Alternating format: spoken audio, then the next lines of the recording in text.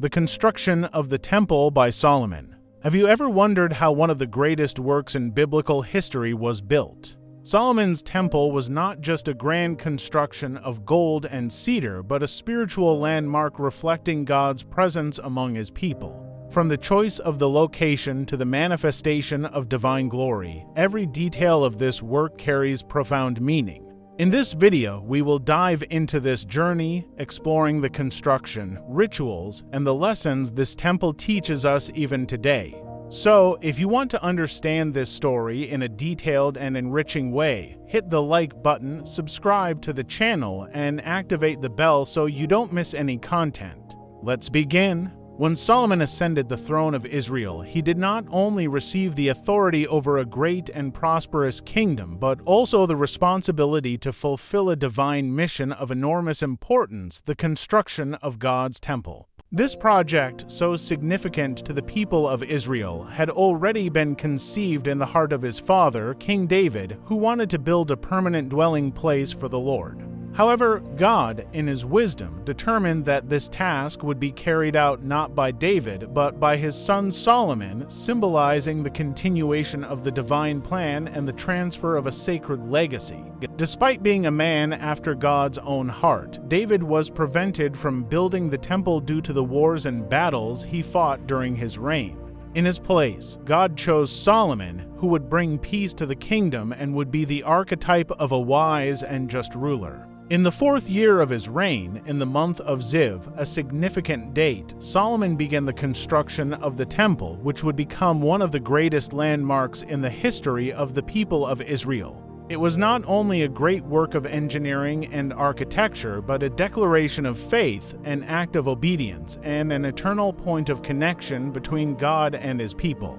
The temple would be, above all, a reflection of the deep and unwavering spiritual commitment of the people of Israel to the Lord, a place of worship, sacrifice, repentance, and celebration of God's holiness. Choosing Mount Moriah as the location for the construction, Solomon continued a historical and spiritual tradition of great significance. This mount was no ordinary ground. It had been the scene of one of the most profound moments in biblical history, Abraham's sacrifice of Isaac.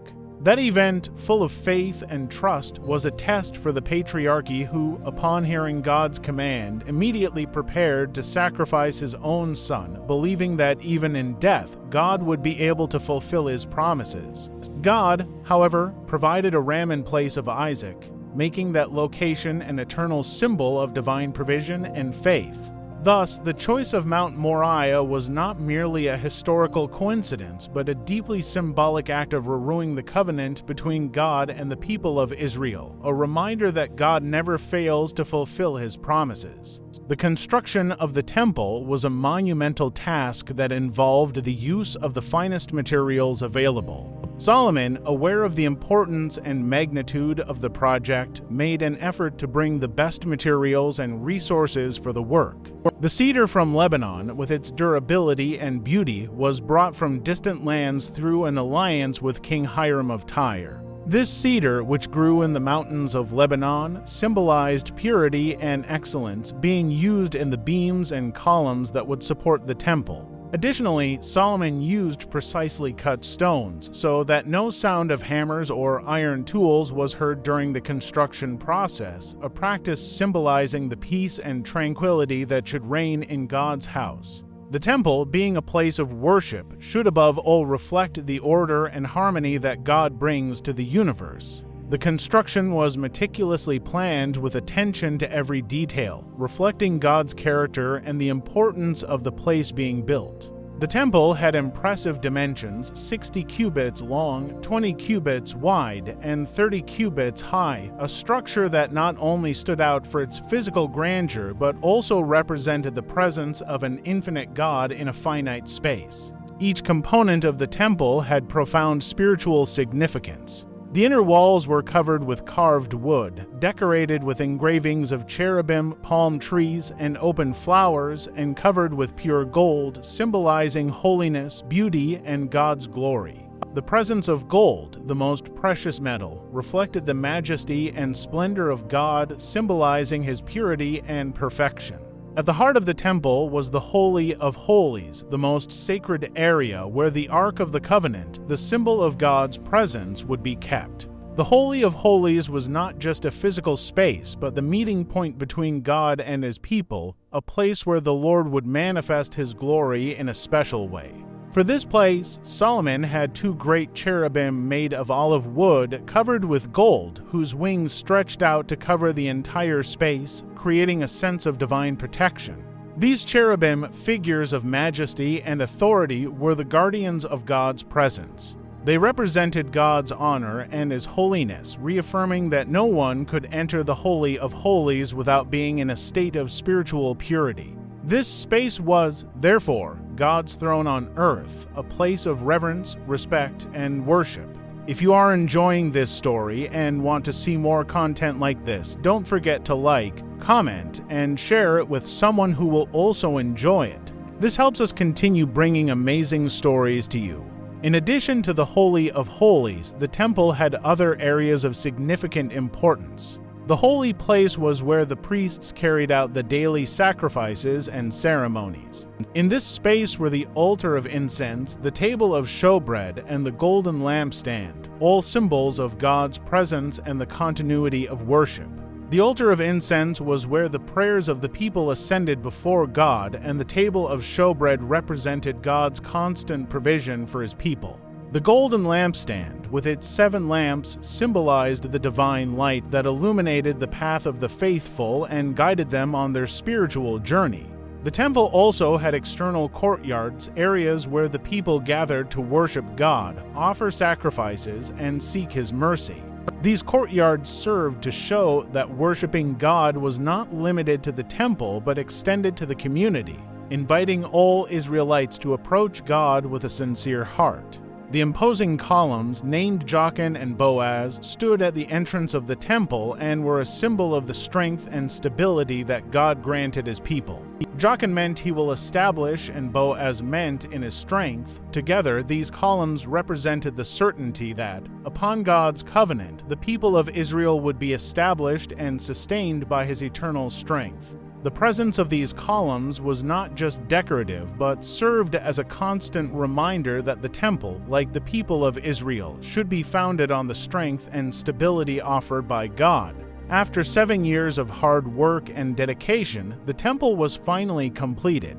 7 years in biblical symbolism represent perfection and fullness, which shows that this work was not just a physical construction, but a divine process culminating in the perfect dwelling of God on earth. This construction period also reflected the need for patience, perseverance, and commitment in spiritual life. Often, we want quick and immediate results, but the greatest accomplishments require time, discipline, and a faithful heart that trusts in the divine plan. When the temple was finally completed, Solomon organized a grand dedication ceremony, inviting all the people of Israel to celebrate the fulfillment of a long-awaited promise. During the ceremony, the Ark of the Covenant was brought into the Holy of Holies, and when the priests left the sacred place, a thick cloud filled the temple, symbolizing God's glorious presence. God's glory manifested in such a way that no one could stand because of the intensity of His presence. This event reaffirmed that the temple, although grand and impressive, would be nothing without God's presence. The gold, the cedar, the precious stones, all the materials used in the construction were secondary because the true meaning of the temple was in the manifestation of God's presence, which made it a holy and special place. In his consecration prayer, Solomon acknowledged God's greatness and sovereignty, stating that, although the temple was a place of worship, neither the heavens nor the earth could contain God's fullness. Solomon prayed that God would hear the prayers made in the temple and that the place would be a point of contact between the Creator and His people, a space where repentance and reconciliation could happen. He also emphasized the importance of following God's commandments and teaching future generations to honor the Lord, ensuring that the temple would always be a place of true worship.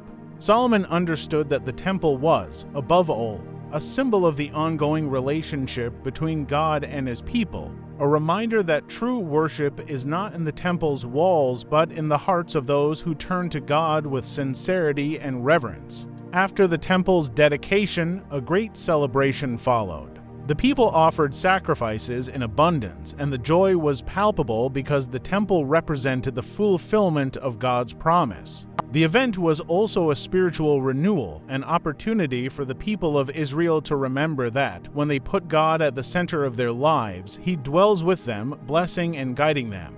However, although Solomon's temple was grand, it would not be eternal. Later, the temple would be destroyed, reminding everyone that earthly constructions are temporary. The true temple of God, the one He desires to dwell in, is not made of stones but rather the hearts of those who love Him and obey His commandments. The true dwelling of God is an inner space where His presence transforms and renews the lives of all who seek Him sincerely. Solomon's temple was one of the greatest works ever built, but its true greatness was not in the gold or cedar wood, but in the presence of God.